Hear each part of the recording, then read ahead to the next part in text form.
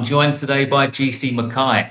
GC Mackay is the author of several human written books, as archaic as that may sound. How are you, sir? Allegedly. Allegedly. Um, right, let's talk about AI writing, the thing that's been thrust upon us with with no choice in the matter. It's taken With no over condom everything. on. AI this, AI that. You can't hide from it now. It's everywhere. It's been here for 3 years, and it's a threat to our livelihood. It's a threat to Do you know creativity. do you know where it came from? Like what it was, what it based its writing on? If we're being writing specific, so forget all of the image stuff and video stuff for a minute. You know the model language program that it actually was learning things from. I don't know whether this is the case for certain, but what I heard is that it was all based off of fan fiction, which is why you have a lot of the ellipsis being used, because apparently fan fiction authors love that. They love a three dot ending to a Right, sentence right. and the clippy kind of way it speaks. So it's that. I mean, the thing is, to me, it's like, because I've read a little bit of it and looked into it a bit, you can kind of tell it a mile off. That's the thing, when it's so obvious when it's like it has a setup and then it has a punchy little kind of like two word sentence, two-word sentence. It's always in groups of threes, things like that. There are telltale signs. Admittedly, this might be getting better already, as we speak now, because this is a couple of months back. So Yeah, a I lot don't know. It changes might have in two advanced months. already. Yeah, Yeah. yeah. Well, I think there are many different AI software types. I read an article the other day saying that a certain company had trained its AI on pirated novels. So they went onto one of these pirate sites and then they trained their AI by downloading loads of pirate ebooks and training their model that way. So these poor authors, number one, their books have been pirated, and number two, their books were then used to train bloody AI. But this was in America. But apparently, some of them are getting compensation, about Yeah. $2,000. But only the ones who copyrighted their books, only the ones who bothered to take out copyright. I don't know the process, but Well, there's weird technicalities with that, because I think the moment that you claim a piece is finished, and if you've got the saved Word document, that the copyright is there. But I yeah, think what it yeah, means in this context is that it's officially marked, that's right. as official as it is for you or I to just go copyright James Flynn or Mm, whatever. mm. I don't know how much that would stand up in court. You know, I mean, you think it would if you've got proof, but I suppose the bigger issue is, and I assume a lot of the AI models were using public domain pieces, or at least some, because otherwise, yeah, a lot of their work would sound a bit archaic potentially. But True. if yeah, I mean, only to a certain extent though. I don't think it would that much. Plus, if you've got that and fan fiction, which is very modern, blending those two would give it not originality, because nothing about it's original, but maybe its own kind of style. It does have its own style, in fairness to it. It's just, to me, blatantly obvious that it's not human, and that that's not really, it doesn't pass the Turing test with me, let me tell you.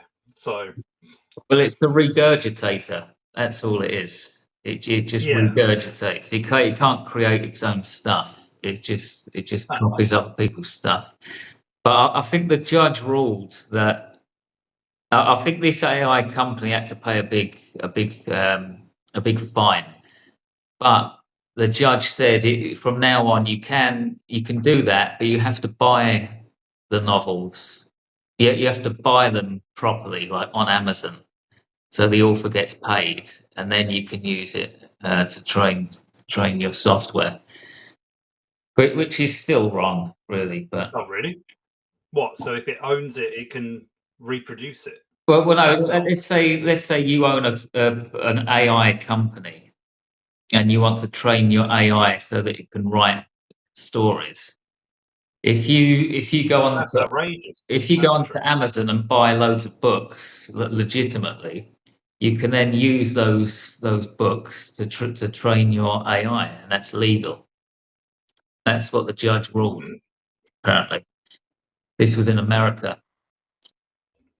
So by putting it out into the world, you are agreeing that artificial intelligence can utilize. I mean, because I suppose in terms, it's not plagiarizing it because it's not word for word, but at the same time, there's a lot of grey area here. I feel Oh, because it's a huge. surely what a YouTuber does, for instance, when they use clips from a film, but if they've Yeah, got their own commentary on it, that's the same equivalent, but in visual form. But there's loads of creators who get in trouble for that, myself included, and you as well. Actually, when you were talking about the Unabomber or whatever, just gets taken down because it's like you're a terrorist or whatever. yeah, So it's like these these rules are such bollocks, basically. Like they just make them off on the fly. I mean, that isn't the author agreeing to it because we've never. It's unprecedented what we're in now. When really we should be getting asked, "Can I use your material?" yeah. I'll give you. I'll give you. Well, if it's Amazon, they'd probably say 50p or something. So you're not going to get much in compensation, but you should still have the right to say no, fuck off, surely. I think But I mean I haven't extensively researched this, but I also heard somewhere that you can opt out of it. I heard there's a petition, and then you can put your name down or list all of your books and make it clear that you don't want them used for AI. I think you can do that. I haven't done that. I have haven't you? looked into it. Do you have you? You might not have seen it because I don't think you're on the Kindle Unlimited, KDP No, no, exclusive thing, are you? no. But nowadays you can get all of your stuff put into AI audio as well. Did you know this? You So you can, can have every single book read, yeah, quote unquote, by an yeah. AI voice that you can pick, and it pays you the same as it would do if it was in KDP Unlimited or whatever, Well, which is nothing. if you're a narrator, you're in trouble. Well, You're yeah, in big trouble. you're already Yeah, yeah, cooked basically. yeah. Well, Because there are the thing apps that like worries that. me with that, and I suppose by extension AI writing, is that I think people will get so used to hearing this monotone type of speaking that they'll come to view it as the normal type of narration. So any type of personality you might hear in someone's voice, that will become the anomaly and something that's a bit like, ironically, the human voice will sound inhuman given enough time because everything's going Yeah. to be, yeah. I had an app on my phone where I could upload ebooks and listen to it as an audio book with an AI voice. And I listened to two novels, I think, on there. But I can't listen to stories like that anyway. It's weird. I love listening to podcasts, and I can listen to things like the Joe Rogan podcast, and I can listen to people having discussions. But when it comes to stories, I have to see the words on the page. When it comes to any kind of fiction stories, I can't follow it properly if it's audio. Um, but audio books are huge. It's a huge industry, but it doesn't work for me. I have to actually read a story like that. So Well, I mean, yeah, you can debate as to whether it's the same thing. I mean, in my view, I don't think it is. I don't think it really matters, but reading is far more um, you have to actually engage. That's the difference. Whereas an audio, you can put on in the background, so Yeah. you're not, yeah, you're not actually being proactive with it, like you are with reading. Which is why I would always say you should just read. But I don't think it's bad if you listen instead. But I don't think you get the same out of it. But then It's I a would say different that's experience. the It writer. is. It is. I think it was Psycho, actually. I listened to Psycho, the original Psycho novel.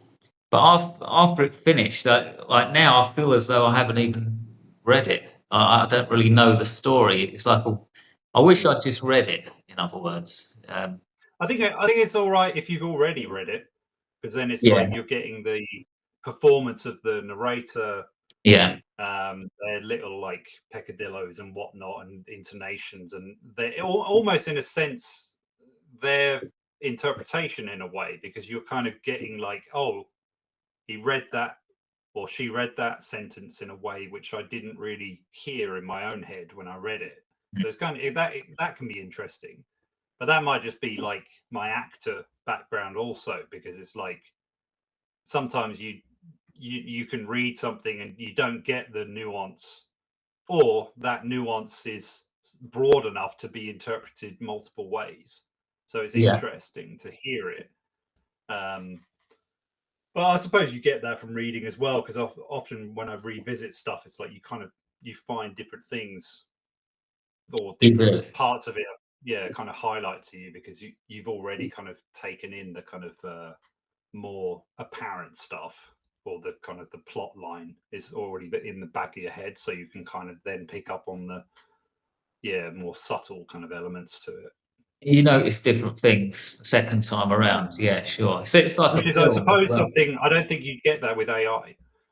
That's the No. thing. It's like all you get is what's on the surface, basically, and anything that's supposedly intricate or nuanced is, I don't think, there, because a lot of the time you can pick up on poor storytelling by how blatant things are. So you can use dialogue for exposition, but if you do it all the time, then it starts to become like a red flag of like, oh, they're they're just telling me what I need to know here. It's a massive info dump. Um, I don't know whether the average person really picks up on that, or whether they care, which is a Oh, it's, problem in of itself. But yeah, it's I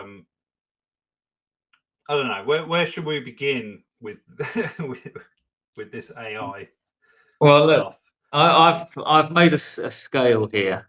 So I've made a scale 1 to 6 in terms of severity, and because I A mean scale of flop.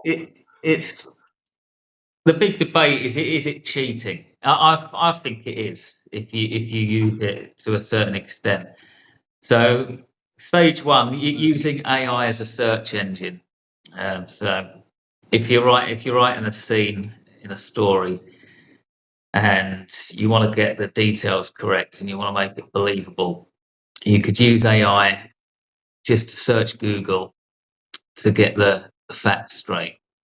Not using AI to do the actual writing, like a Google search. I think everybody does I this. think with a Google search, you're all good. I think we've all been doing that for, well over a decade now. Yeah. If you're using chat though, I would have some contention with that, mainly because ChatGPT and Claude and all of them, they are designed to appease you, and I don't care what they say, whether they're being like, they can claim to be neutral, and they will be critical of you and your questions or your answers and stuff like that. It's not, it placates to you all the time. It basically sucks on your balls the minute you log on there, and makes you feel like you're the one in control, and you're the one coming up with the ideas and all that kind of stuff, when, yeah, it's total nonsense. It's yeah, if you need a bit of placating, then I'd say it's good for that. But and also additionally, it's programmed to please you in a sense where it doesn't care, nor can it care, because it can't really think. But it's basically it's going to tell you what you want to hear, even when what it tells you isn't what you want to hear, basically, because it's still within the realm of you feeling like you're in control, you're the leader of it. But it doesn't care about truth. So, say, for instance, you did have a scene that involved the police or whatever. If you then questioned it and said, well, this, in my research, this happened, and then it'll go, oh, yes, you're right. In these circumstances, it'll basically keep lying to you because it doesn't know what the difference between veracity Hmm. and bullshit is. So it's, yeah, Well, you're already playing a losing game with it, I would say. Especially, I mean, you could argue fiction is all made up anyway. So what does it matter? But if we're interested in some sort of semblance of, yeah, I suppose it truth. depends what genre you're writing as well. If you're writing like a crime thriller, I think your readers would expect a bit of accuracy in police procedure. So, Yeah. but the argument is if you should only write about what you know, and if you don't know anything about police procedure, should you be writing a crime thriller? Should you be fact checking like that because you're not writing about what you know? But I think stage one is something most writers do, and most people wouldn't object to that. I don't think it's Mm. cheating as such, as long as you do the actual writing. Number two is using Grammarly and some of these other software writing aids that are about now. I'm actually split on this one because I've never used Grammarly, but my understanding is that you put your writing on there and it corrects your grammar, corrects your spelling, and it also suggests different words that you could use in certain sentences. Now, if you do Oh, that, yeah. surely you're kind of changing that. Your prose is getting changed there quite a lot.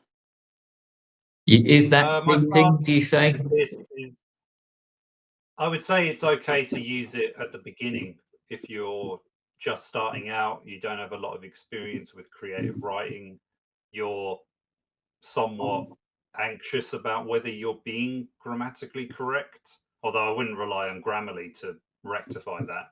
But yeah, it's almost like you can use it a little bit because sometimes it's like you might not see the error in your sentence, but you might not have also thought of using it in a different type of way. So highlighting, it does highlight sentences that can be a bit convoluted and things like that as well. So if it's a run-on sentence or it's a little bit misleading perhaps, or the interpretation could be tricky, those are good things to highlight, I would argue, because you do want your message to come across concisely most of the time. This is why I say it's better to use it at the beginning if you are, say, a novice, or maybe if English is a second or third language and you're a little bit unconfident.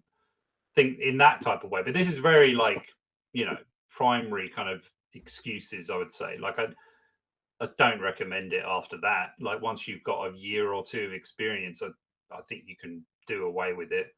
It Right. won't pick up on everything.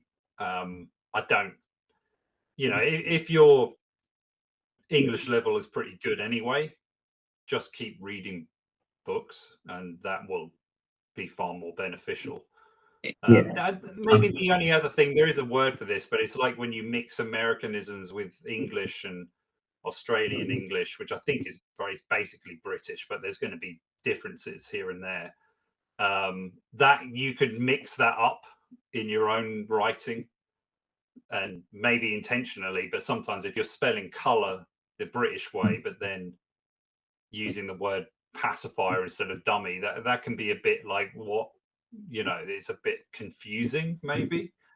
Um, Well, I can't imagine Irving Welsh using Grammarly with all his well, like, yeah, Scottish exactly. Scottish slang. I mean, But it that's just it. If you're writing be, phonetically, then be loads of yeah, that would errors just, on every page, wouldn't it? well, yeah. I mean, it'd be interesting to see what chat would do if he said, "Write me a piece in, Glaswegian Yeah, yeah, British, it'd be interesting. make it phonetical." and very of its district and things like that. I mean, I imagine it would be terrible at doing this, but it would tell you it's right. So, Right, number three, you use AI to create a plot, an idea for a story and the plot, and then you do all of the writing. So the idea is not yours; it's purely from ChatGPT.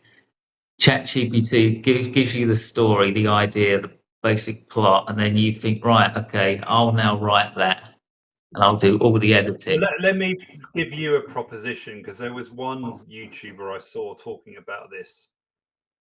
She's a young woman, and she's written, I can't remember her name right now, but I'll try and let you know if you're interested. But the example kind of stands, basically the video is kind of about how the big five publishers are all lining up, you know, this AI stuff, because they're just thinking, like, who needs authors when we can just keep churning out book after book after book. Yeah, They, the first 100,000 might suck, but eventually we're going to hit on something and it will be free, for all intents and yeah, purposes. yeah.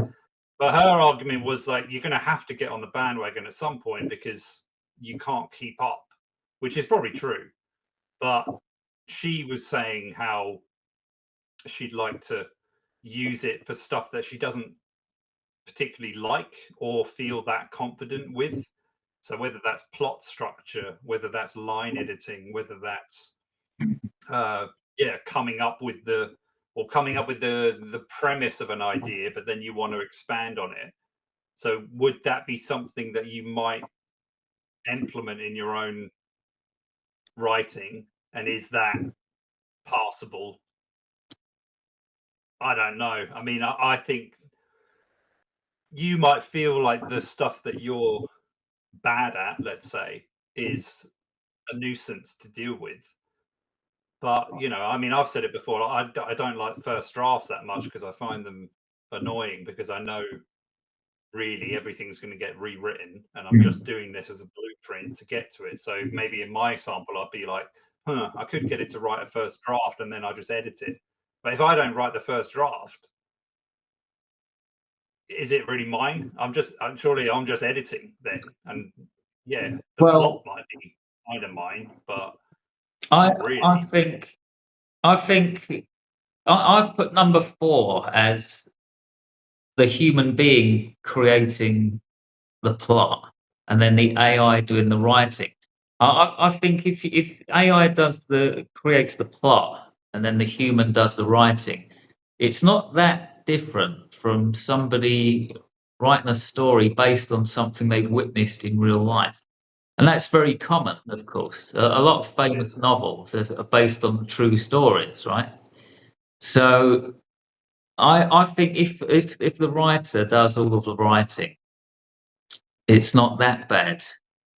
But But I would argue that your interpretation of the story you're trying to emulate is still more original than what an AI is going to come up with. If you Thank you for making it to the halfway point of this video. This is a quick message to let you know that I have a range of horror and sci-fi horror books available, and some of them are completely free. If you enjoy my videos, you might also enjoy my stories, so why not have a look? And if you'd like to receive fortnightly updates regarding the world of horror and weird literature, as well as book recommendations and prize giveaways, consider joining my mailing list. You'll even receive free horror audiobooks for doing so, written by me and narrated professionally. Finally, if you want to support my work, you can make a donation to my PayPal tip jar. All the links are below. Thank you. Now back to the video. your interpretation of a plot, and then when you're trying to emulate that, say, because you're inspired by it. So I mean, I don't want to use my own stuff, but Tribute is inspired by a number of things. But the thing that points out to me is probably Pygmalion. I mean, and this is a story that goes back 2,000 years, but the whole idea of the perfect woman, and carving her in your own image type thing, is blatantly there.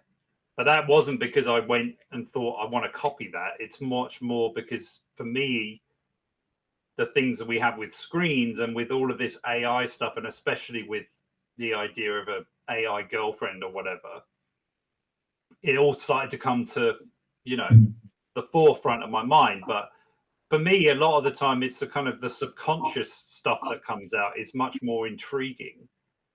And if I'm asking an AI to come up with that for me, it's never going to be able to, it can't tap into my own inner workings, let's say.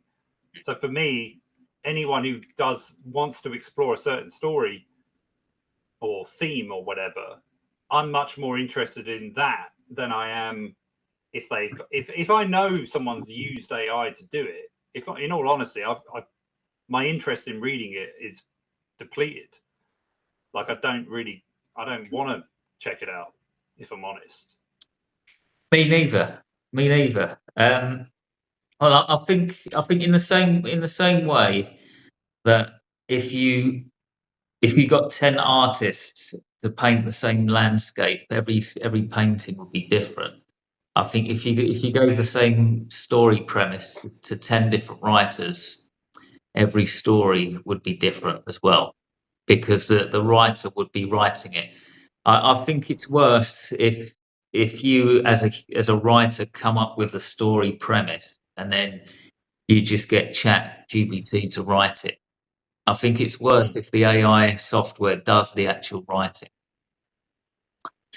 I mean, I suppose, again, like if someone's starting off, and they're probably much more likely to do it now because it's so ubiquitous and so common.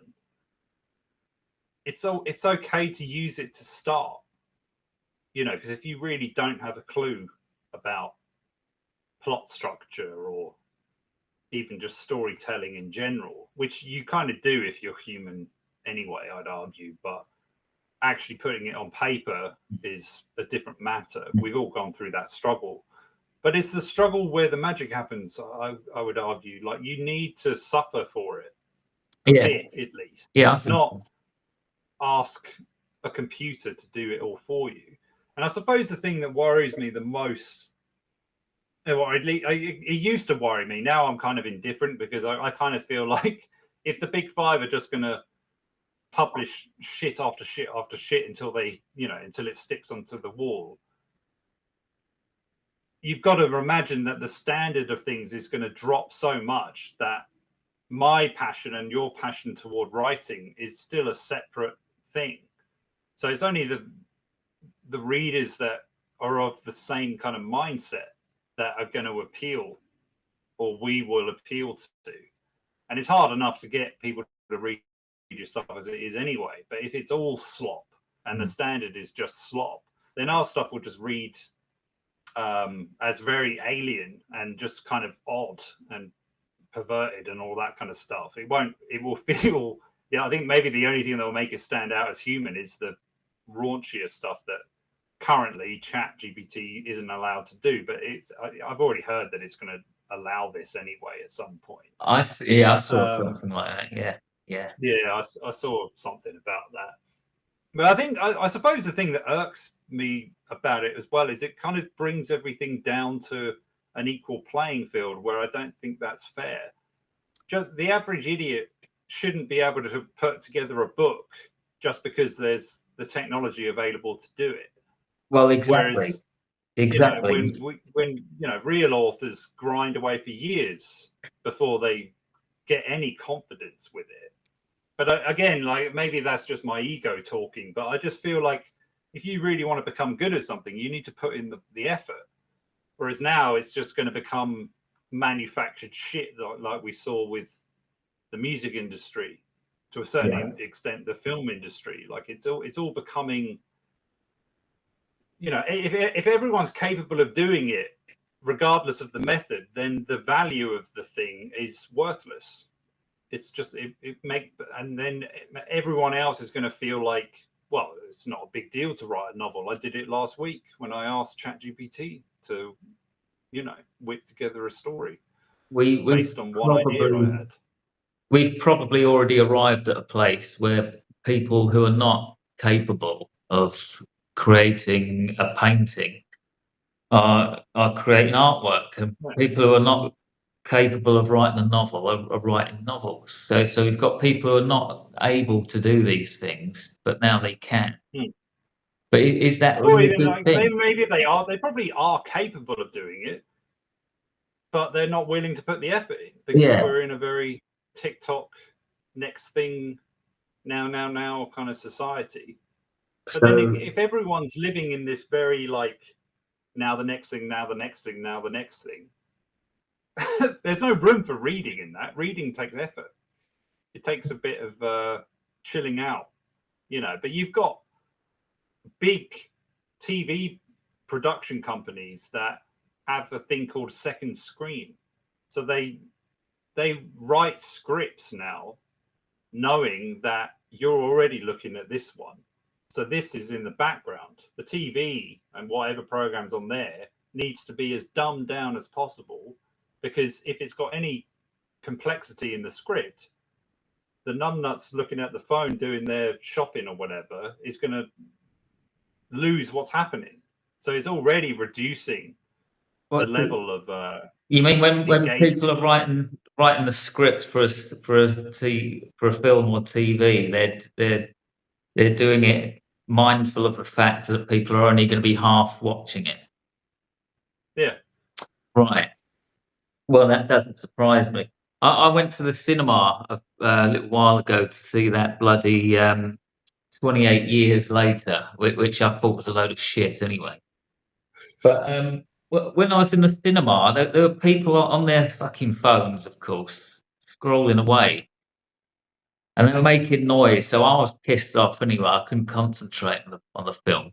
But it suddenly dawned on me halfway through the film. I realised that these people next to me, to them, that the film in the cinema was just another TikTok video to them. That it wasn't something to focus on for 90 minutes. It was something to watch as they scrolled. So they were just going from their phone to the cinema screen. It's just like two screens. Yeah, I, exactly. I I mean, the haven't, biggest film in the last 20 years was Barbie, and I think the reason for that wasn't anything to do with the film. I mean, obviously the gender dynamic helped, but I think it was much more about people taking TikToks when they're at the premiere of themselves yeah. dressed as Barbies or going to the event. It's much more about the spectacle than it is about the actual spectacle. Like Yeah. the or the main event of the spectacle is pretty much irrelevant because most people are going for their own reasons and motivations, and more often than not, that is recording their own media for it. Well, it happens at And music festivals, doesn't it? Everyone just watches the football band grounds, through their everything. screen. What's the point in buying a ticket? You're just going to stand there, view it through a Yeah. screen. Um, yeah, so it's smartphones have changed everything. Smartphones changed everything already, but that wasn't quite enough. We needed something else. We needed AI as well. So we've got smartphones and AI. So it's changed people's What would you attention do span. just to, if we're going to stick with the AI writing, say your publisher comes to you and says, right, we love your work. What we want to do is take these 5 books that you've written in the past and feed it into an AI machine. And what all you have to do is sign a contract and say, yeah, this is fine. I agree to this. And you're going to put your name on it. And it's going to be a novel, let's say, based on the last 5 pieces you've written. Right, like an What would you say? amalgamation. And you have no input in this apart from your name will be put on it because that's the thing that will sell it. So it's like it'd be an amalgamation of 5 of my books all Yeah. mashed up into So it will one. have your voice to an extent Yeah. because that's all it can base it off. Well, I think And you have to sign an NDA saying like you're never allowed to mention that this is written by AI. yeah. So you're the one who's written it. Well, I think we did a question like this last time, and I think that the wise thing to do would be to say yes, let the big publishing company publish it and get your name out there. And then once everybody knows your name, then you just walk away and go back to self-publishing. I'd be tempted to do that. What if it made you famous for something like For something, imagine if it comes out with the next Twilight, so you're the new Stephanie Meyer, or the 50 Shades of Grey author. Like that's your fame. You'll be forever known as the man who wrote Twilight 2.0. something that I wouldn't normally like. Yeah. Well, what kind of money are we talking about here? Would you prostitute yourself? What kind of money are we talking about? What are the check? Well, talking that level of fame, so you're going to be making some bank out of it, because we've heard of it when really we never should have, because they're both shit. So, what are we talking, 5 figures or 6 figures? I don't know. I mean, you'd have to ask them, but I mean, I'm pretty sure they made a few quid out of it. I mean, they both launched big movie franchises and whatnot, and I think they're still being read to this day. Well, have you ever tried to read Twilight? That's a challenge. That book it's almost amazing to me that we're in the AI age now, and that came out however many years ago. It reads like it was written by AI to me, and maybe that shouldn't surprise me, because I'm pretty sure it was kind of written as a fan fiction-esque type thing to begin with, and it does read like that.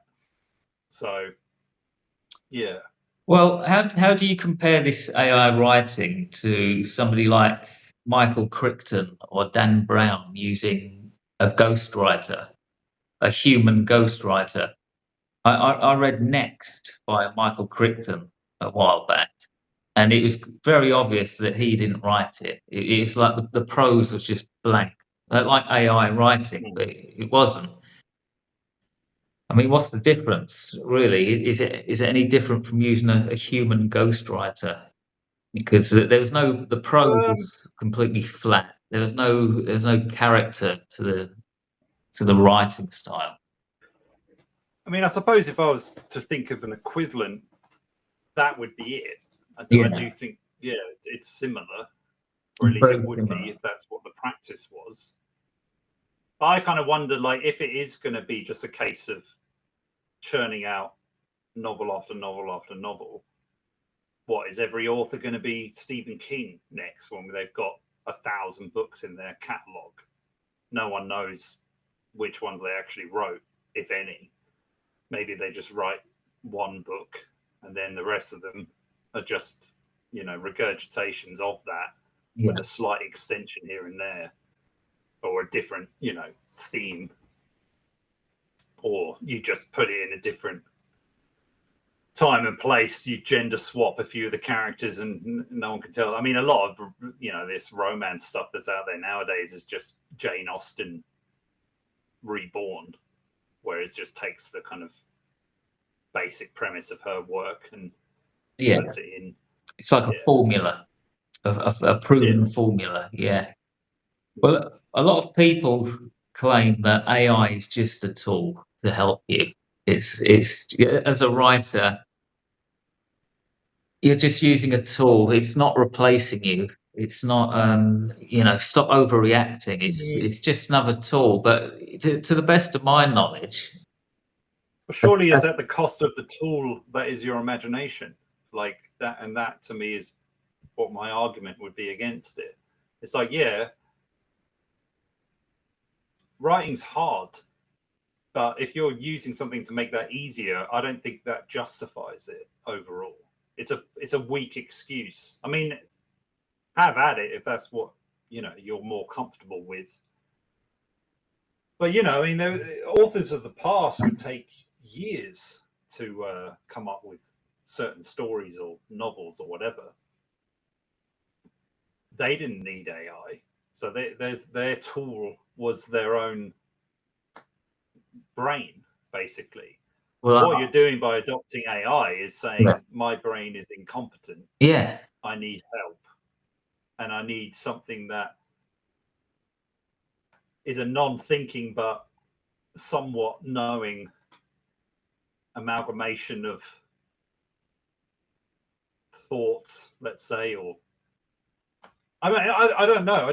All I can assume is that it just picks up on patterns that work through learning the language models and whatnot, and that's what it regurgitates. But it's like, to use that as a tool, surely it's to the detriment of what you're trying to achieve overall, unless you are really incompetent to begin with, and then it's like I said before, it's like it equals everything. I would argue it's not a tool anyway. I think that's bullshit because a screwdriver can't build a house on its own. You need a human being to use a screwdriver. But AI can create a story. Maybe not on Can its it? own. Maybe you need a human being to type a prompt into it. But It needs a prompt. yeah, That's it. but still, once it's got that, it just goes and does it. But also, a 6-year-old child could type a prompt into Chat GPT and kind The of thing is, you say we say it needs a prompt, but I would argue, because one of the problems it's apparently going to face is that because 51% of all articles and writings out there nowadays is AI. So if it starts to overtake and it starts to have to regurgitate its own regurgitations, then it is going to run out of material right. to and there is some sort, I can't remember what they call it, but it's a certain phenomena that occurs where it's almost like information overload, where it will start to basically spaz out in a term where it will just start spewing nonsense because it's gone almost haywire in the term.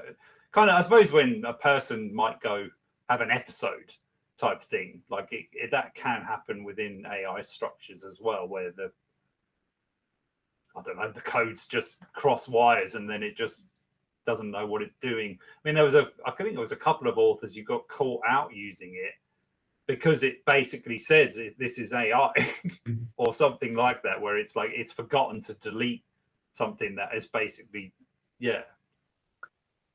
confessed to what it really is. This was written by whatever, that type of thing. Well, look, even if it is a tool, which I don't think it is, I think a lot of people are not that's using it. where I was leading. Yeah, Eventually, it won't need a prompt yeah, because it will have its own bots to prompt it.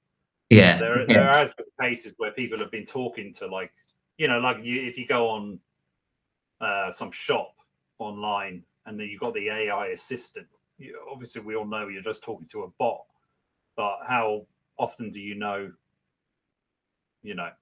when's the bot talking to a bot? Because that happens. It's just we're probably unawares. Well, no, it's not just a tool. And I read Nexus by Yuval Noah Harari, and he points this out in the book.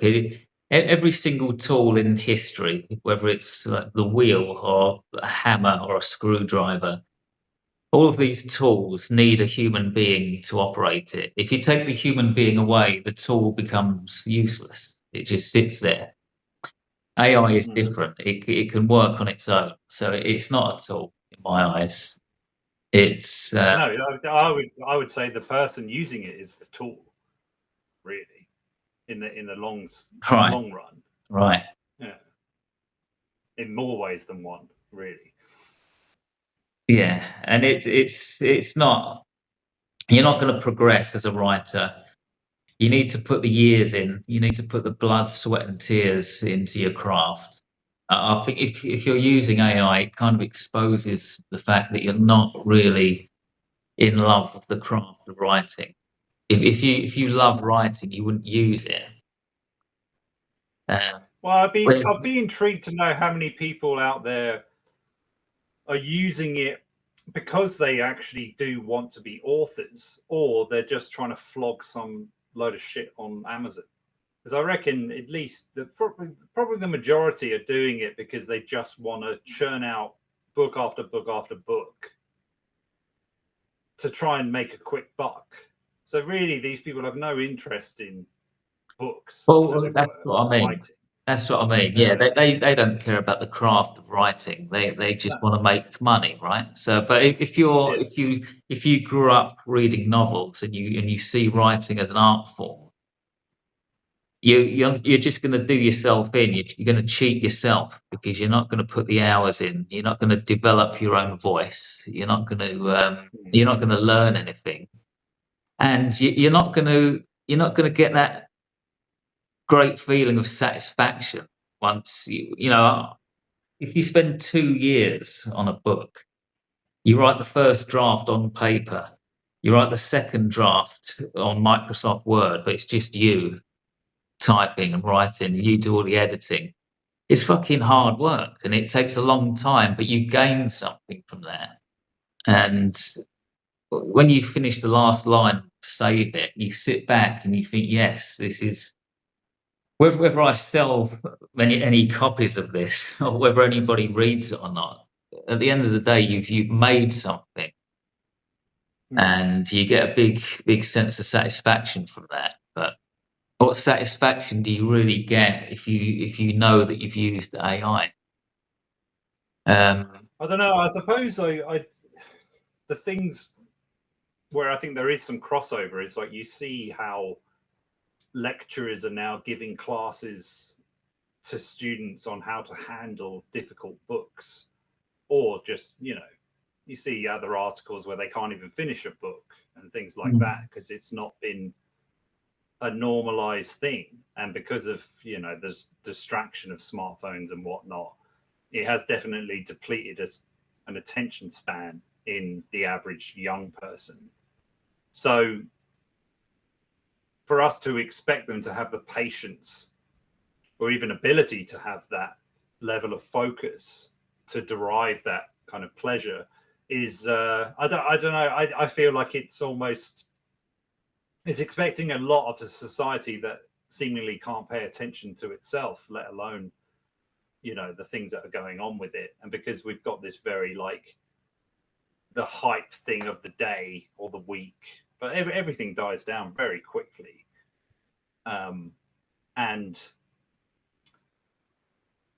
the way I look at it in a lot of ways is if you're struggling to write or to read a book, forget about writing one. But if you do genuinely struggle to read, then why are you even thinking about what are books to people nowadays? I suppose would be my kind of question.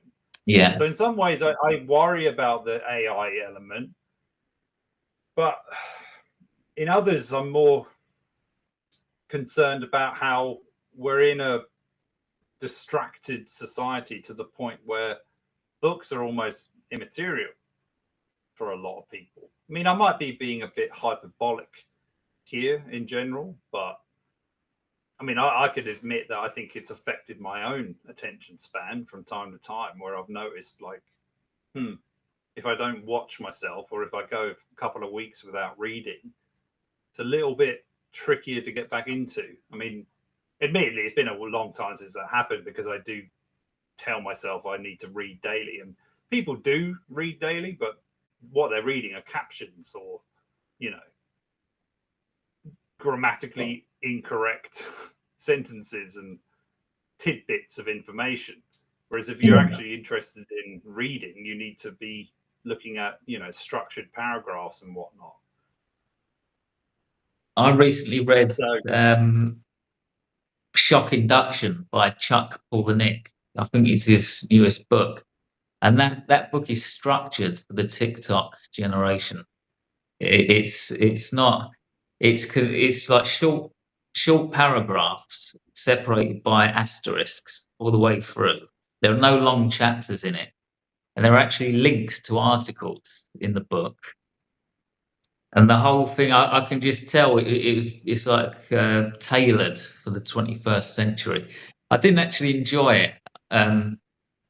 I've got mixed views about Chuck Palahniuk. I enjoyed Haunted, his short story collection, Haunted, and I liked one other of his books, but I think I'm done with him. He's just I see him as a proper artist. He loves the craft of writing.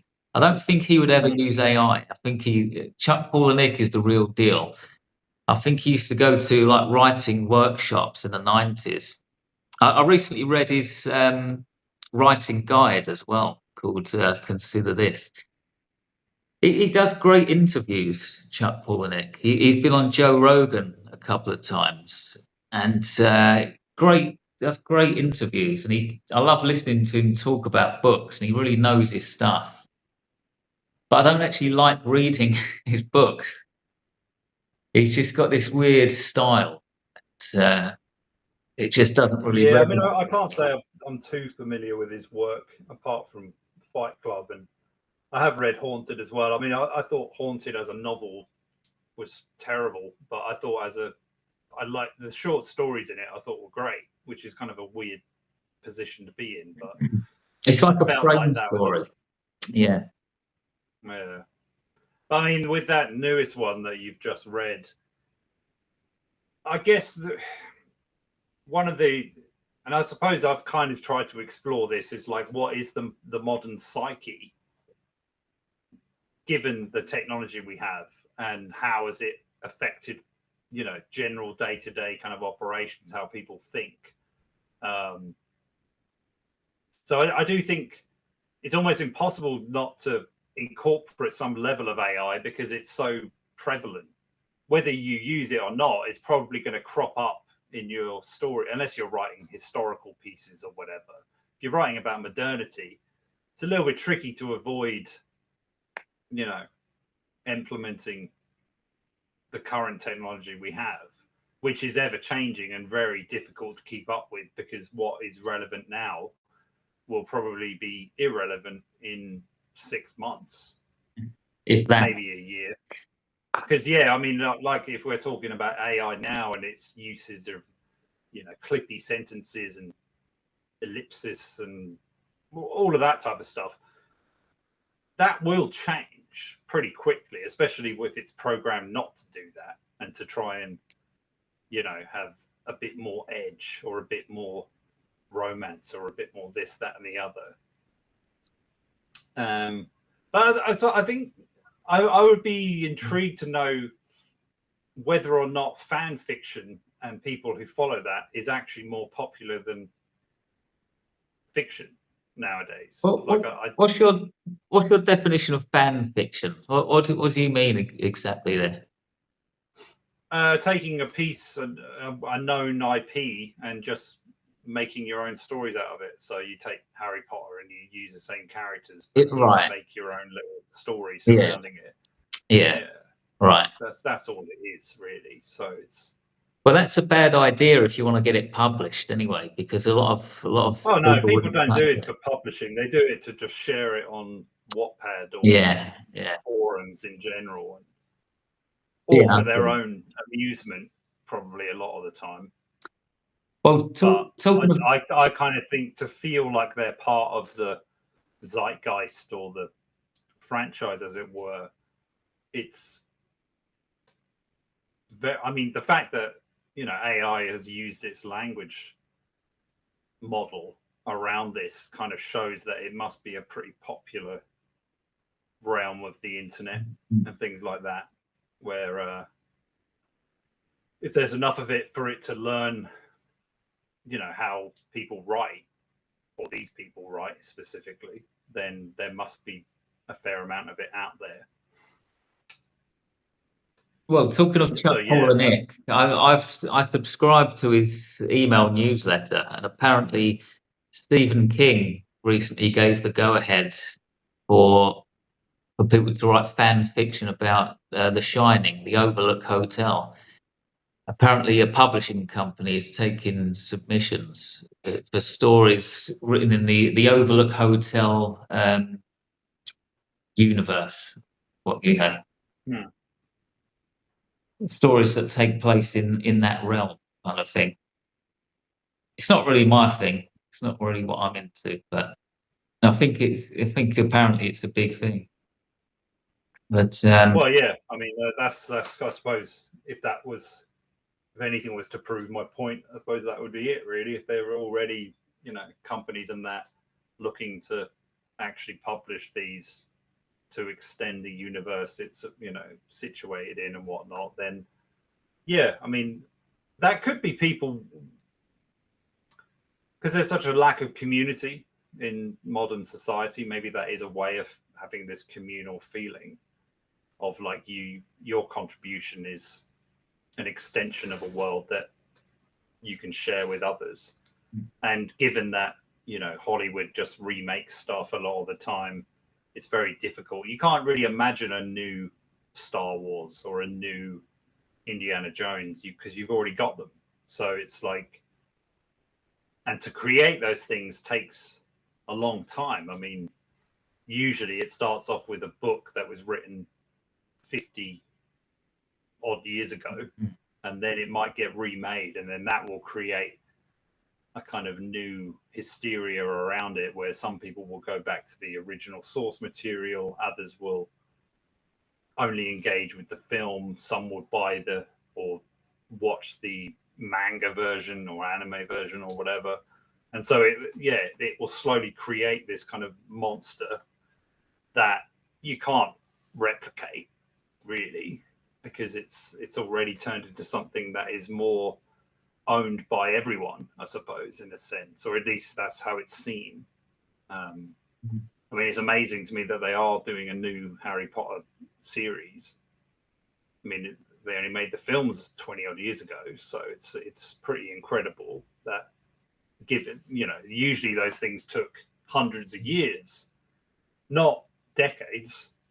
But then again, because there aren't any new things doing this currently, then that's what's going to happen, basically.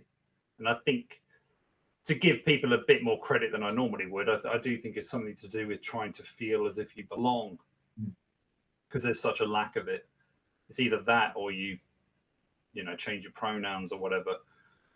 It's a way of being in the times that you're in and of having some sort of contribution, I guess. belonging to a cult of your choice. Well, without getting too political, a repercussion of this AI stuff is I once watched a documentary about shoplifters. This was years ago, and I remember seeing this shoplifter, and he'd been stealing things all of his life, and he was like an expert thief, but he managed to turn his life around. But he said, when I go into a shop and I put something on the counter and pay for it using my money, I feel foolish, because I know that if I really wanted to, I could steal it and nobody would catch me, because I'm a good thief. Nowadays, when I sit down and write, I can't help but feel a bit foolish, because I'm currently working on a novel. I started it earlier this year, in March or April. I've written the first draft on paper. I'm now on the second draft, and I write in the morning. I start about 9 a.m. and I write until about 1 a.m. It's like a good 4 hours, and I only edit like one chapter. And the whole time I'm thinking, am I stupid for doing this? Because I could have the whole bloody book done in a few hours if I wanted to, with AI. So as writers, we've always had this nagging feeling like, oh, am I wasting my time because I might not sell the book? Nobody's going to read it. Now we've got a second one. Am I a fool for even sitting here and doing all the work? Because there's a tool that can do it for us now. Have you experienced that? Do you feel that a bit foolish now for actually putting the hard work in? I mean, I probably feel somewhat foolish for pursuing it in general, but I don't know whether AI would have made a difference to that overall. I guess I'm at the point now where I kind of know that I'll carry on doing it, even without really knowing why I would want to that much. I mean, I certainly don't think it's going to go anywhere in terms of like notoriety or changing my life or anything. Not because I don't think my stuff is good or not. I almost think that's irrelevant. I just look at the times we're in now, and like if I'm right in thinking fan fiction, consumers are the dominant force, or if it's not that, then it's very commercial, easy fiction. If people are watching programs in the background, then why are they? The type of books they're reading must be the most elementary load of slop you can imagine. So it's.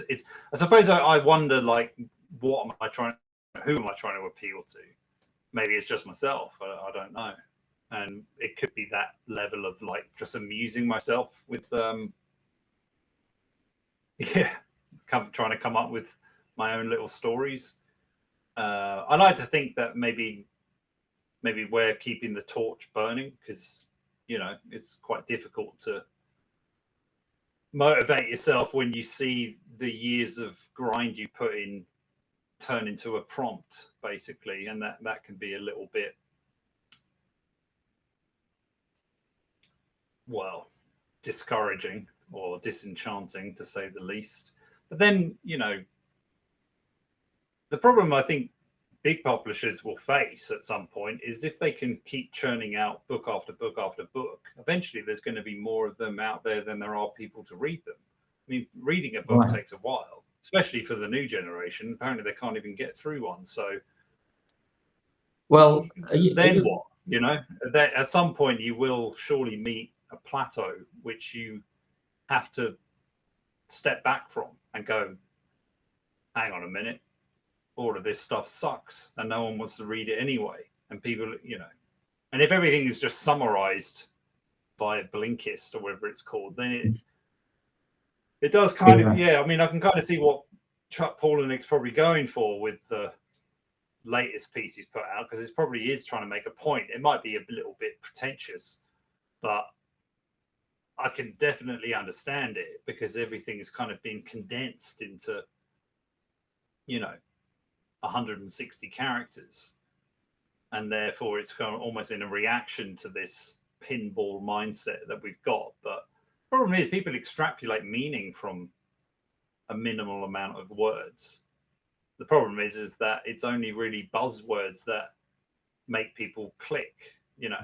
It's got to a point now where people just outright lie in journalism, and the amount of times you see articles with a misleading headline, which is just designed to make you click, which actually has nothing to do with what it's saying. It's just a way of reading clickbait.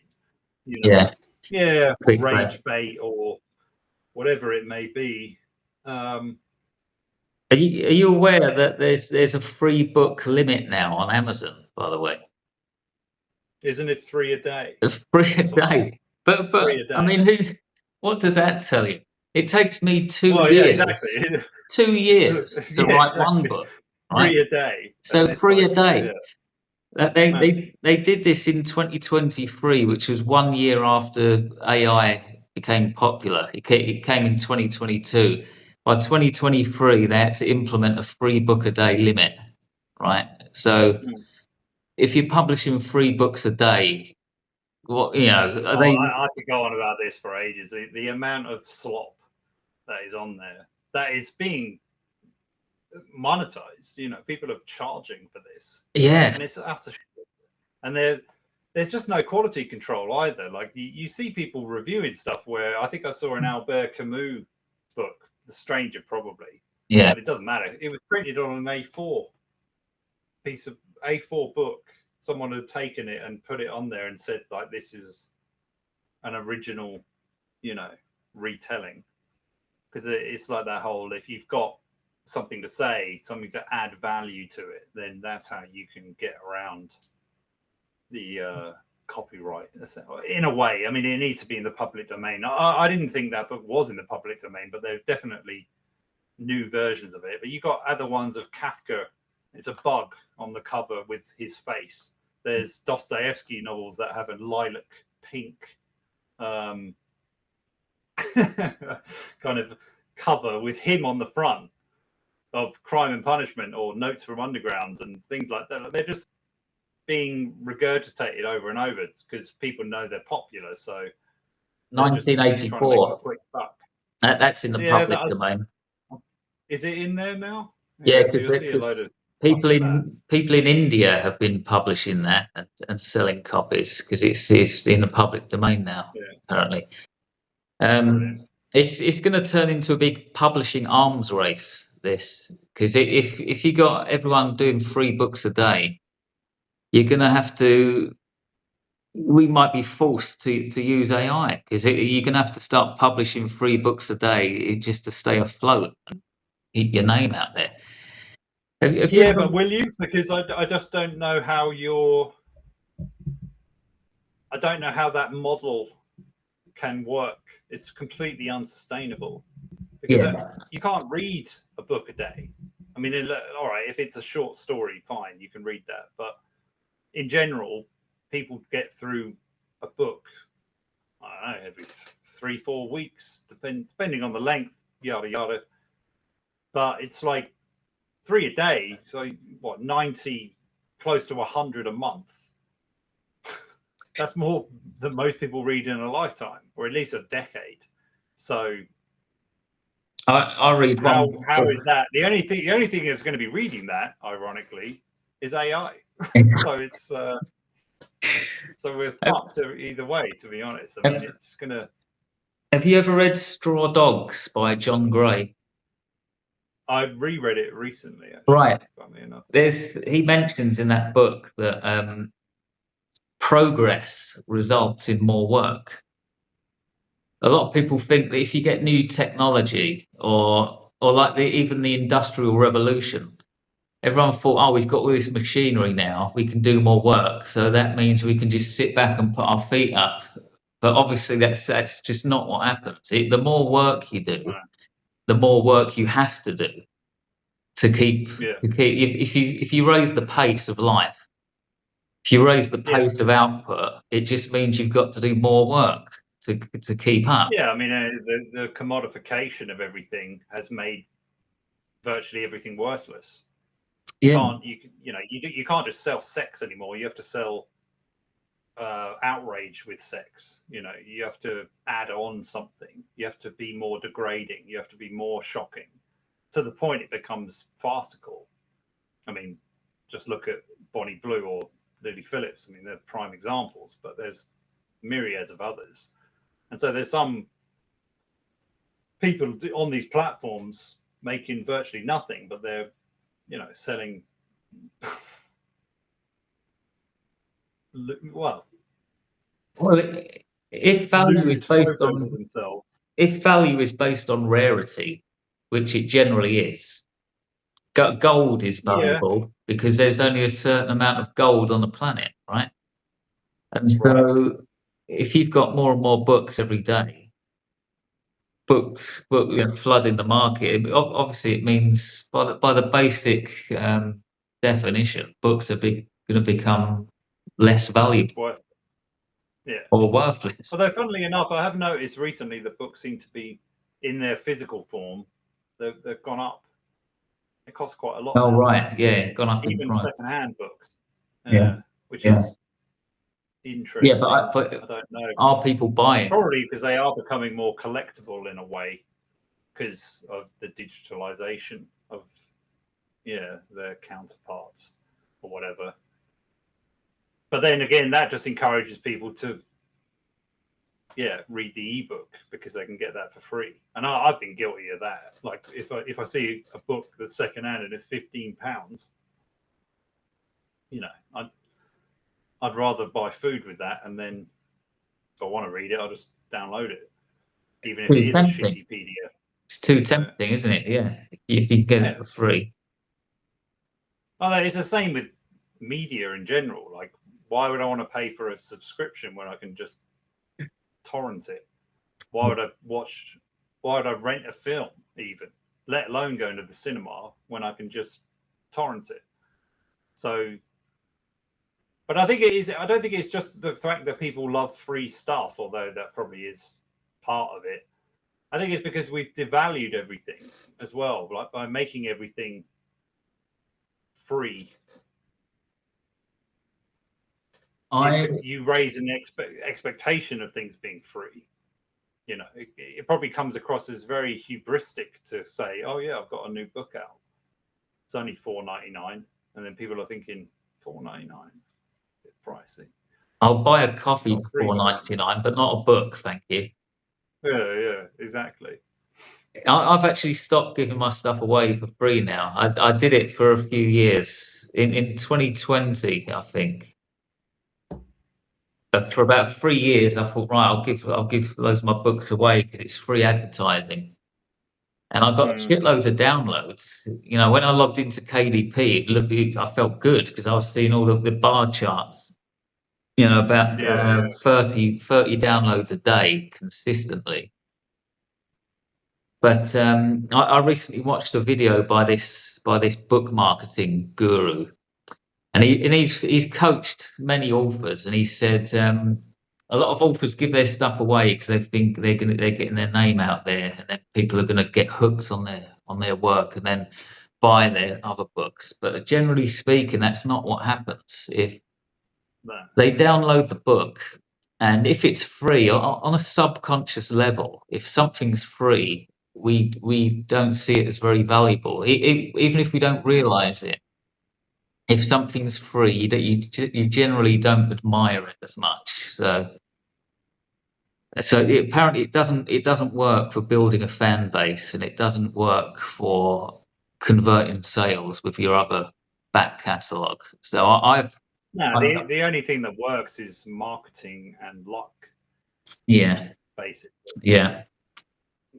I give one book away for free now. Only one. I've got a couple of short stories, and they do pick up, but I need sometimes a couple a day, but at times nothing. And then it's smooth like there are, but that's basically it. And I'm not advertising, trying to sell it at the minute. You can get my stuff for free if you go through a channel that's on my site, if anyone's interested. But I probably will get rid of that. Not because I'm thinking my stuff has value and all that. Mainly because I just don't really see the point. Like, I think I might be at the same realization. But I think that the time to give it away for nothing, that it was good to do that 15 years ago, because there were a lot fewer people trying to become authors. It was one of those things where, self-publishing had a bit of a attitude towards it, which it still probably does a little bit, but it's not as much because there's far more people doing it. But because of that, there's just a lot more stuff you can get for nothing. And so I think I'd just take it off that eventually, because it's like, well, if you've watched some of my stuff and whatever, I kind of consider it a bit of a donation, really. But even though they're getting something from it anyway, it's more like it's a way of showing a bit of support or whatever. And it doesn't cost much. Well, maybe it's also a bit out of spite, really. It's just like, well, I already know you can probably find, like, our stuff is out there for free. It's on some dodgy site somewhere. I know that much. It certainly is. It certainly is. I won't name it because I don't want to give the fuckers free advertising. But both of our books are on there on that site. I can't believe that. I can't believe they've got the audacity to ask for fucking donations on there. It's like they're stealing our profit, but they still want to get paid for their piracy work. Yeah, fucking. Well, it's the same as ChatGPT. You know, if you want more data, you got to pay for that shit. Even though they train it on other stolen. people's work, for free. Maybe that. I mean, the West was essentially built on thievery and, you know, cheating and all of this kind of stuff. So maybe it's just the inevitable direction it will go in. You know, there'll probably be someone, if our stuff stands the test of time, like what a publisher would do. Like eventually, if it's in the public domain, there's nothing stopping publisher in the future, trusting they're still around, going, oh yeah, this Flynn book and this Mackay book, let's publish them for ourselves. We're long dead. But really, what they're doing is a similar thing, isn't it? To be honest, I mean, we can complain about people doing it on an individual scale, but I mean that's kind of what a publisher's doing anyway. I would say that publishers better because I assume that they have a love of printing books. I'm not sure that's always the case, but that's what I like to tell myself. Whereas I know someone just throwing it on Amazon as an ebook is likely just doing it to try and make a quick buck, and that's goes against the whole point of publishing to me. I mean, it's a medium that actually does come with quite a bit of responsibility, you know, and I don't think it's treated that way anymore.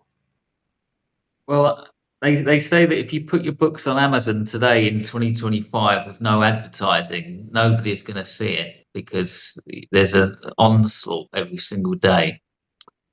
But I can tell you right now that scammers are finding my books just fine with no advertising because I get emails on a daily basis. And thanks to AI, they're very coherently written as well. So that's another repercussion. Scammers are able to put together very convincing emails. But I actually had one. They're starting to get a little bit better with this because normally I could sniff bullshit like with them straight away. Like, oh, because normally they get straight to the point. We're like, oh, we loved your book, but we feel like you just need a book trailer and all this kind of stuff. So it starts off by blowing you, and they're finding they can find your book just fine with no advertising. So how are they finding it? Well, yeah, it's a good point. I guess they're looking on books on Amazon that have 100 or fewer reviews, or they might be finding like YouTube channels, you know, things like that. It's just trying to tap into our supposed desire for notoriety and things like that. Let me help you. I'm a book marketing expert. I have 5,000 followers on Instagram. They all get 3 likes on each post, but ignore that. It sounds like I actually had one. I had one from the where is it? It was called something like the Book Club of Philadelphia. I've had it. Have you had that one as well? Yeah. That one annoyed me more because I was like, oh, they want to actually read my book in their book club. This is cool. Yeah, sure. You can use. Oh, it'll only cost you $300. Like, well, I went onto Google and I searched for that book club in Philadelphia. On the homepage, it said beware of scam emails or something. So straight away I knew it was bollocks. For me, I think where it caught me out is it was worded a bit differently to the others, and it wasn't trying to sell me straight away. But I actually did get one to confess that they were just some dude in Nigeria posing as some white girl and basically just trying to work with me to get some money to because usually I tell them, like, if you've been on my website, you can see that I already have book trailers. I can edit videos. I've done it myself. It doesn't make any fucking difference. You know, maybe it would do if I had £10,000 to pump into it to boost it, you know. But generally speaking, if it basically, you know. if somebody contacts you out of the blue, you shouldn't use their services anyway. You should only use somebody who you seek out. You know. So, Well, yeah, I'd argue that. I mean, I suppose you could get sponsors or whatever, but the moment they're asking you to pay, you know it's bollocks. Basically, yeah, that's all you need to know. But it can be a bit demoralizing, especially when that's basically all the feedback you're getting on your own work is just people. You've got the vultures circling around trying to gild you, the after lily all of of our your hard ego. work, we've been It's like, oh, pirated, we love your and book. we get. We think it's amazing. Give us $500 and we'll let the world know all about it. Sure. Mind you, I mean, it still sometimes beats I the suppose other I wonder. emails. It still beats the other scam emails that I get sometimes, which consist of we've hacked into your webcam and we've got videos of you masturbating. Pay us X amount of Bitcoin, or we'll send the video to your family members. I think that's Have you ever had that one? no. I think that's you confessing to your pornography habits. You must be Well, watching some I knew it was vile stuff. bollocks because if you were gonna blackmail somebody with that, you would include the video in the email. Yeah, wasn't that a Black Mirror episode as well? I think they got that idea I from don't Black know. Mirror. I The don't one know. with the But it's a real scam. young guy. Yeah, but that was genuine because they actually had they basically, I don't know whether they recorded him, but they definitely had him looking at a certain piece of material. You could probably guess what type it is, and they had a perfect kind of scenario to Right. blackmail him because Right. he would not want this to be known. And then Right. yeah.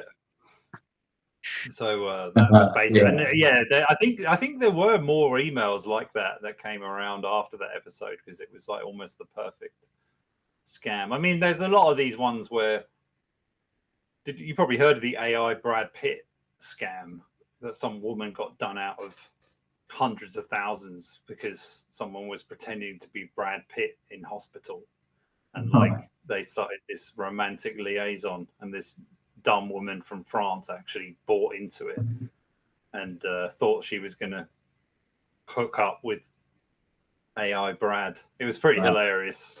Wow. Well, So yeah, I mean, maybe that's big all. people. AI is essentially just being used to scam people, whether it's with writing or videos or whatever. It's Scammers are in their heyday. They're making very good use of it. Yeah, yeah, it's helping them out. What else have I got here? We've covered most of the stuff. What do you think about the fact that since the 1990s at least, we've had voice synchronizers. So like if a song comes out in the charts, the singer sounds very good, even though they can't sing that well. Their voice has been put through the voice synchronizer. That's been around for a long, long time, and it doesn't really bother me. And that's akin to a writer using AI because they're not capable of singing, but they're releasing songs, and that's been happening for decades. Do you think that's on the same level? Suppose it is. I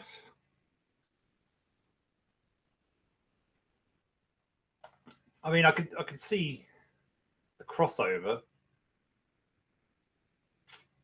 But I would imagine most of the time that was being used because the singer was selling something other than, well, their songs, let's say. So once you bring in the visual, kind of how they look is just as important as they sound. With writing, I don't know. I mean, I don't want to keep harking on about the lack of quality in modern writing, but it's pretty clear to me that a lot of things that have become popular of recent years are a pretty substandard level. It doesn't mean the story isn't good, in fairness. I mean, you can still have a good story told. I mean, look at children's books, but I still feel like that's a different element. Well, right. I mean, I think it's in I'm the same sure it's already ballpark. happening. I suppose the thing I worry or could worry about is that you will get a litany of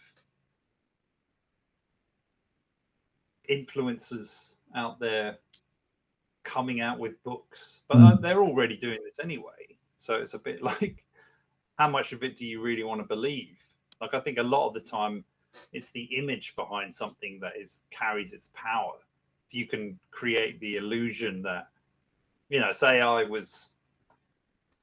all of my stuff was suddenly deleted and I come back, but I've suddenly got a really good figure, perfect teeth, all this bullshit, and every image I put out there is me in a Lamborghini or me getting on a private jet, all this type of stuff. It's going to look like I've made it or whatever. So if I suddenly come along and go, hey guys, you want to be like me? Here's my top 13 tips. I'll put it all down in a book for you. All this kind of stuff. I mean, that's how it kind of works, isn't it? In a lot of ways, it's the kind of, even with someone like Bukowski, it's the image you conjure of him sells it. It's not about the art, it's about the artist, basically. Yeah. In a lot of ways, yeah. Or it's the myth that surrounds them, I think. But it's harder to do that nowadays, because if everything's documented, there's always going to be something that's going to bite you in the arse, and you see that with politicians and actors and whatnot. Something they said 25 years ago on what was then a forgotten radio show or whatever suddenly finds the limelight and is dug up by people trying to burn them. And then, I mean, but in some ways that can have a reverse effect when you suddenly find yourself far more known. Like, it's interesting that Emma Watson goes crying on a podcast and then suddenly the whole world is aware of her again. You could argue that that was a tactic. Like, if you show reticence, make it look like you can carry on being a victim now, and there'll be some people who start to defend you and whatnot. And then you get all these other actresses saying they should have, like, forgiven J.K. Rowling or supported her or whatever. Like, they're all doing it for their own gain. There's nothing genuine about it. It's all networking, publicity. Sure. I'm going to talk myself into pure depression here, but it all feels like it's just a parade of bullshit, basically, where to get someone. Well, I suppose maybe to round it off, I think, the genuine thing people want to say can be found in their work. Really, that's the thing. That's why I do think you should only really judge it on that, and you forget the person behind it. It's, the thing that they wanted to be known for is in the work itself, and that's the more important thing. All of this spectacle surrounding it is just done for, well, maybe the sake of trying to sell said thing, but also it's trying to stay relevant. But it's also very superficial. It's all a high school playground, as it were. It's a popularity kind of thing, whereas the works that actually do stand the test of time. But is it AI is affecting that? Is it even their work? And that's the main thing for me. You're never sure anymore whether it's their work. As a reader, I tend to read books that have been published pre-2022 anyway. I mean, I tend to read books that are published pre-millennium, really. So as a reader, this stuff doesn't really affect me that much, because I tend to read older stuff, and I know that they actually wrote it.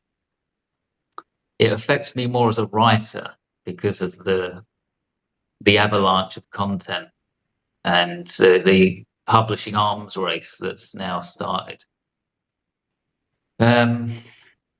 So I mean, I guess my stance on it at the moment, because I've been, kind of stepped away from it a little bit since releasing my last book. Not really out of choice, but more out of financial desperation. But it has been quite refreshing to not be so involved in this online stuff and to try and, make people aware of my stuff and all this kind of stuff. Because not only is that a job that I feel would be better suited to someone else, there's an element of falsity to it in general. Like, you can't, like, I could sit here and say, yeah, you should read my work because it's the next this, that, and the other, and blah, blah, blah.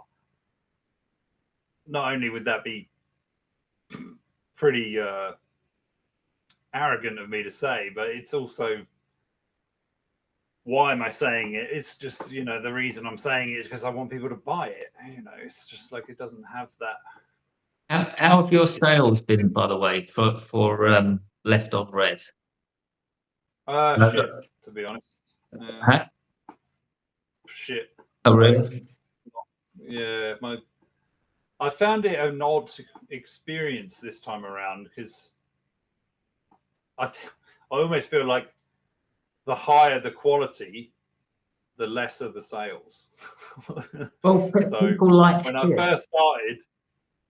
I first started with Sourced Up, like, I did actually get a few sales here and there, and it was almost like, oh, okay, maybe I could make something of this if I carry on. And I put Fubar out. Fubar probably had about as much, maybe slightly less, because it's a really long novel. I think that's what I told myself, is like, it's too long. But Heather was at a good time, probably because of COVID and whatnot. But that's when I started thinking, oh, okay, I'm actually starting to get a little bit noticed. But then I probably waited too long or didn't have much attention on my channel and stuff like that. So maybe Left on Red, because it's a short story collection and all of that kind of stuff. It's hard to know why it's not performing as the others did so far. I mean, it's still quite young, I suppose, so I'm not too bothered about it. But then I look at the sheer amount of stuff that's on Amazon now. It's just like, how the hell do you stand out in this? Well, there's a certain book marketing guru called Derek Murphy, and he says something that's very depressing, but I accept that it's true. I mean, as authors, we own small businesses, right? It's a business. Any business on earth, before they make a product, they first research the market, they see what's in demand, and then they make a product that fits that demand. But as writers and artists, we tend to create a product that we like, and then we put it on the market and just hope that people are going to search for it.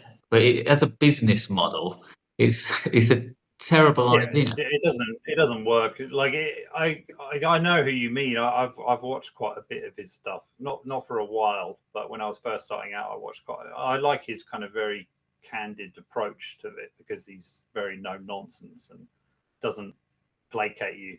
But at the same time, if you're approaching writing from that mindset, I mean, good luck to you. But I just find that is such a commercialized capitalist way of viewing it. It kind of goes against, like, if I ever try and write something just because I think there's a gap in the market for it, then I kind of feel like I'm already doing myself a disservice, because it's commercial, basically, for one thing. So I'm only doing it for one intention. I'm not doing it because I think it's good or there's something to say. I'm doing it because I want to make money. He actually goes one step further. He says when he publishes a book, he sees what genre is being searched for. Like, could be the vampire genre or the romance genre. And then he thinks, right, I'm going to write a story for that genre. And then he fills the story with cliches and tropes that people love. And then when it's time to design a book cover, He doesn't try to design a unique, different book cover. He designs a cover that's the same as all of the bestsellers, and he tailors the product for that genre. And then, of course, people search for it and they find it. It's got discoverability. But and now that's the business side of it. But he goes one step further. He actually claims that that's proper art as well. A lot of people think that art is creating something that you like and that it's meaningful to you and it comes from your life experience. It's a bit of a romanticized view. But he actually goes one step further and says proper art, according to him, is creating something that other people want, something that other people are searching for. It's quite not controversial. I think from a marketer's perspective, I'm sure they love hearing that, because it's, yeah, you could argue that the best art form of today is marketing, because that's the thing that makes things popular, or that's its aim. But I mean, I think that's a cope, what he's saying, because he's not really creating anything. He's just like what AI does. He's just following what is already set the trend. But how can people know what they're looking for unless someone made it previously?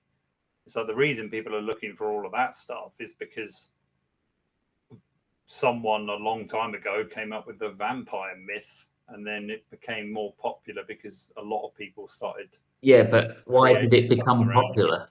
You could say that the reason it became popular is because it's a good genre, and that one worked, whereas others failed.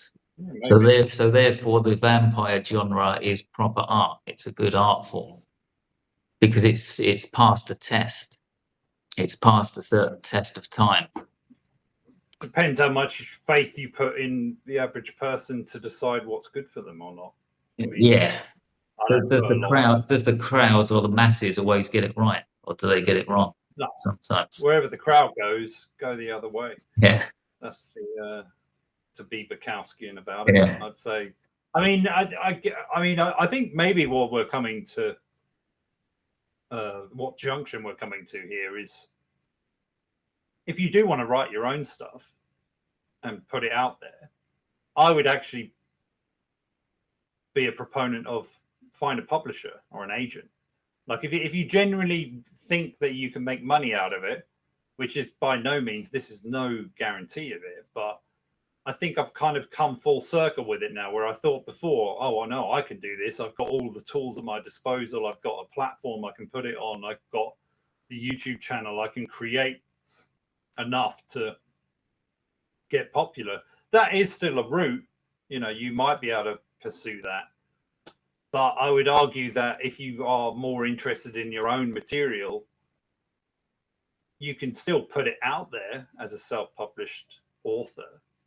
But as Murphy's saying here, like, good luck selling anything, because if it doesn't already appeal to a set market, I mean, I think maybe that might be because of the conditioning of the last 20 years, where no one makes original things. It's all a bit of a copy of this, that, and the other, and retelling.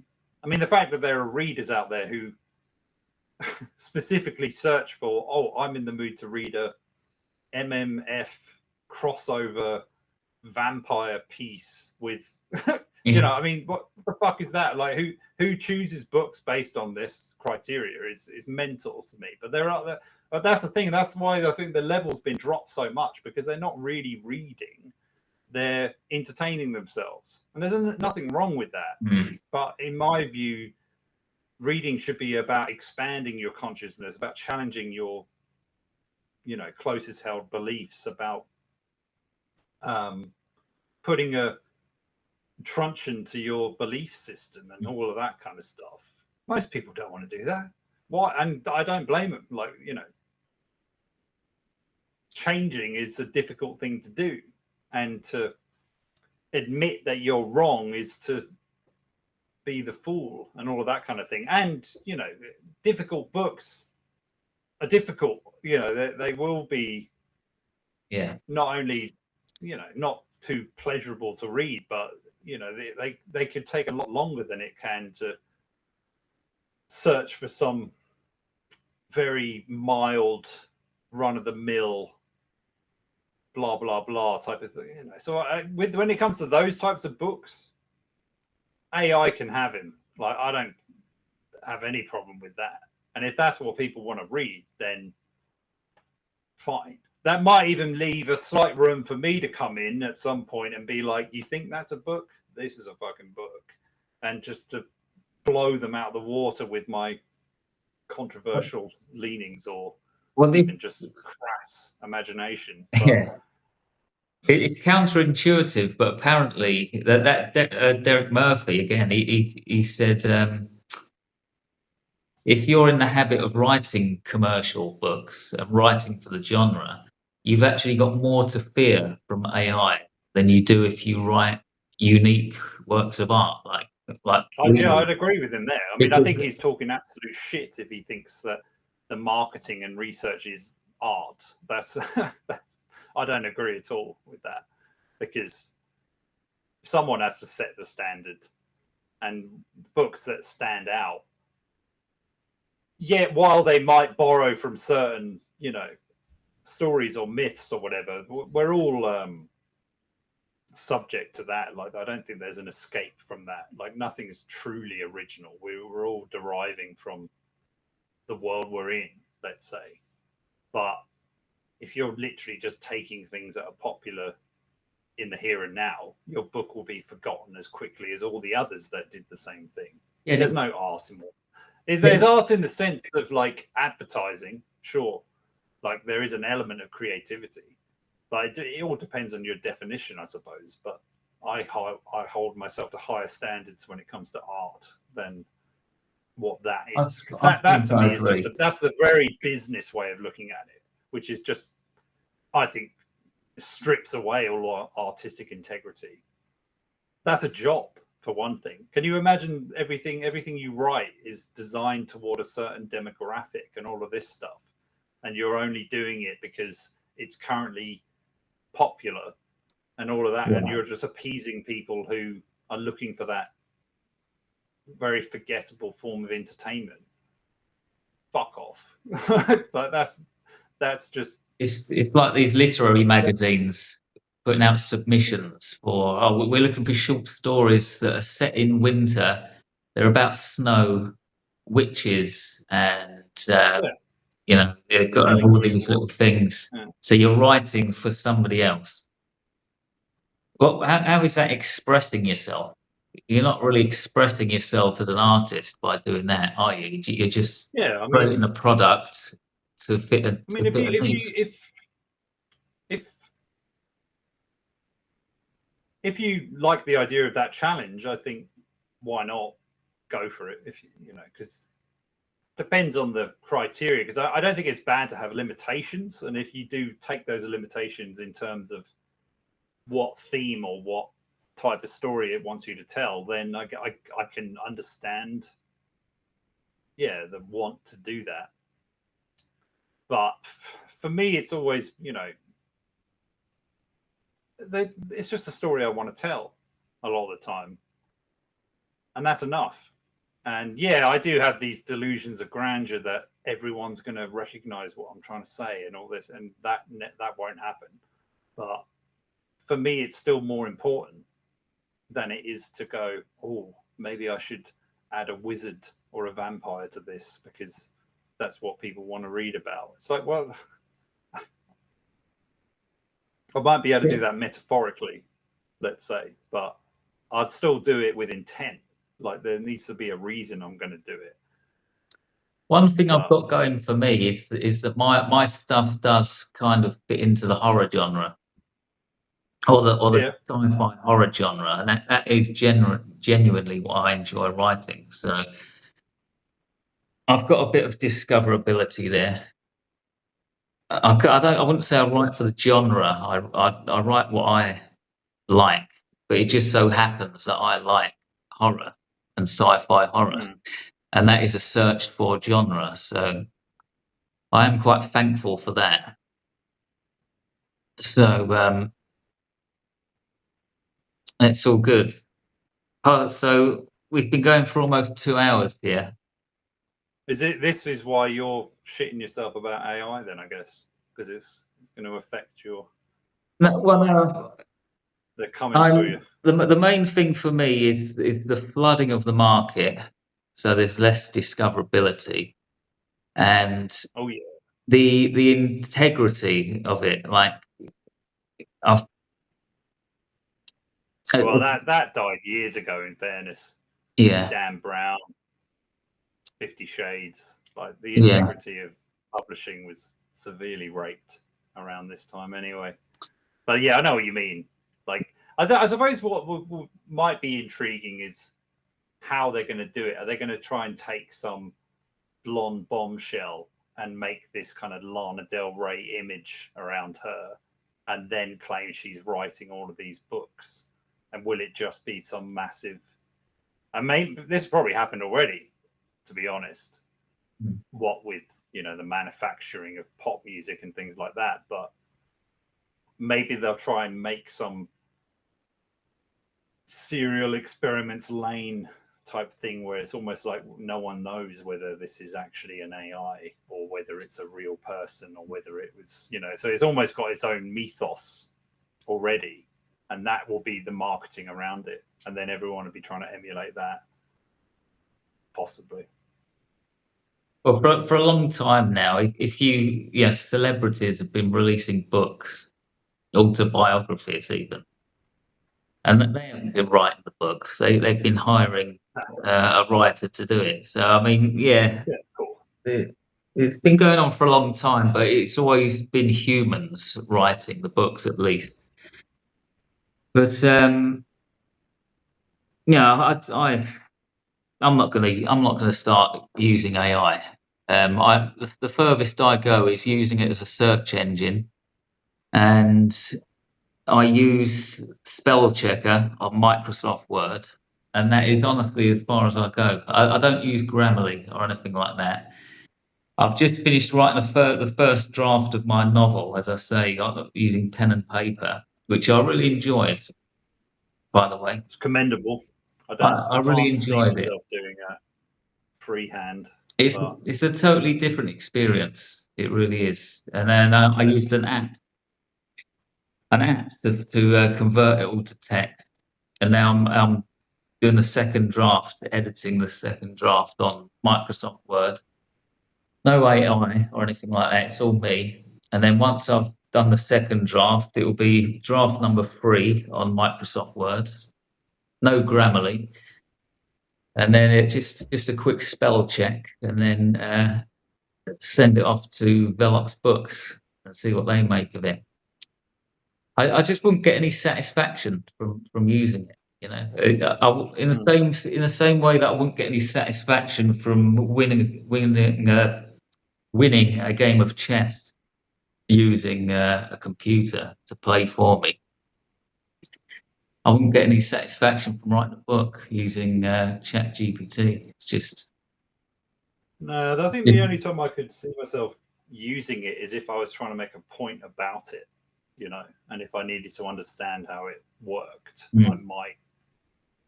Yeah, but then that would be more research than it would be, actually using what it comes out with. But even then, I don't. That kind of story doesn't sound particularly of interest to me, to be honest. But yeah. Well, do you have any parting words? I think we've covered most of the stuff. well, as you echoed just then, I mean, I think if you are looking to get into writing and whatnot, for one thing, why?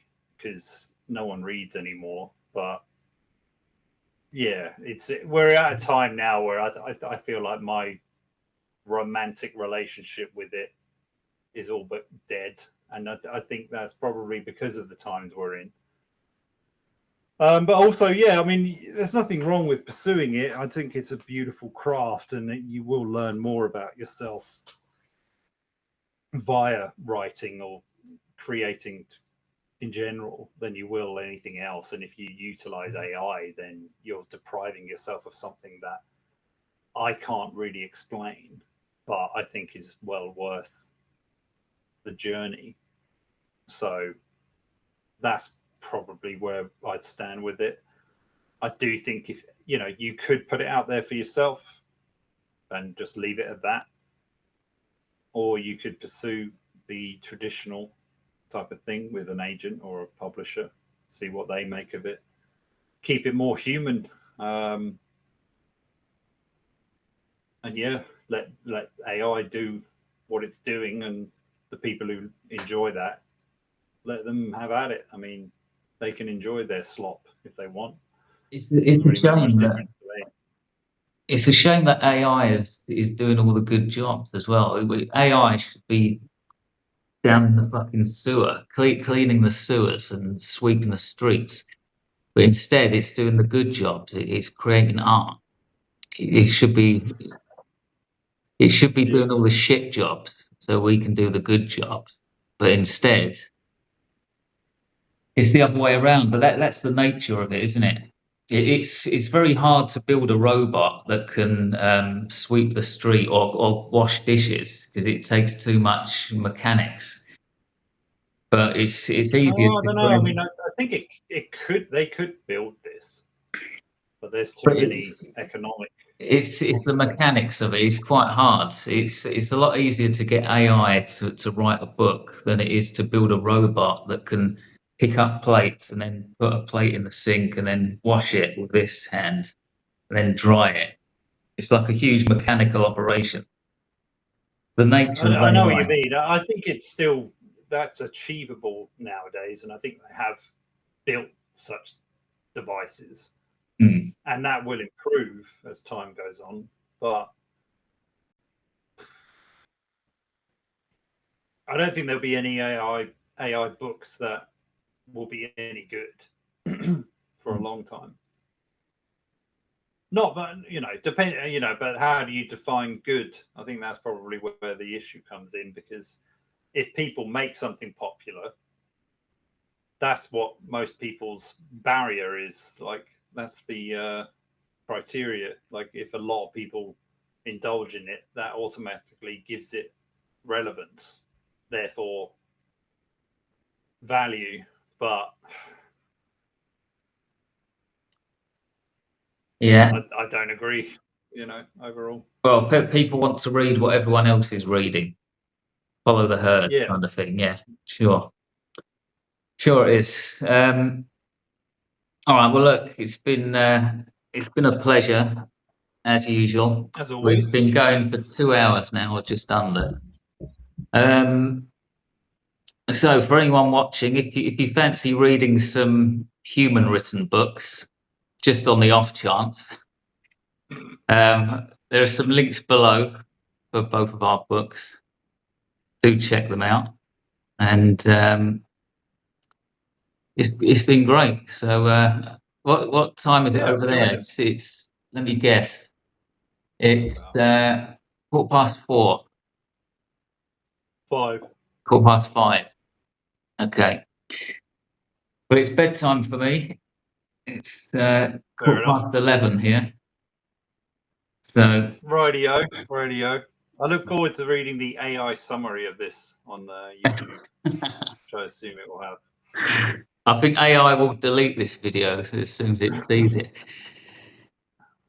All right. Well, it's been a pleasure. Thanks for coming on, and Anytime. take care. Yeah, it'd be interesting to see where this is at in a year. What's Yeah. going on? I mean, I maybe I'm doing it as out of a defense mechanism, but I think I'm just kind of cutting myself off from it a little bit at the moment. But The wise I'm move. sure I'll be dipping back into it from time to time and seeing what's going on. So Yeah. let's find out, I suppose. Okay. Thanks very much. Cool, man. All right. Speak to you soon. All right. All right, bye. See ya. Bye.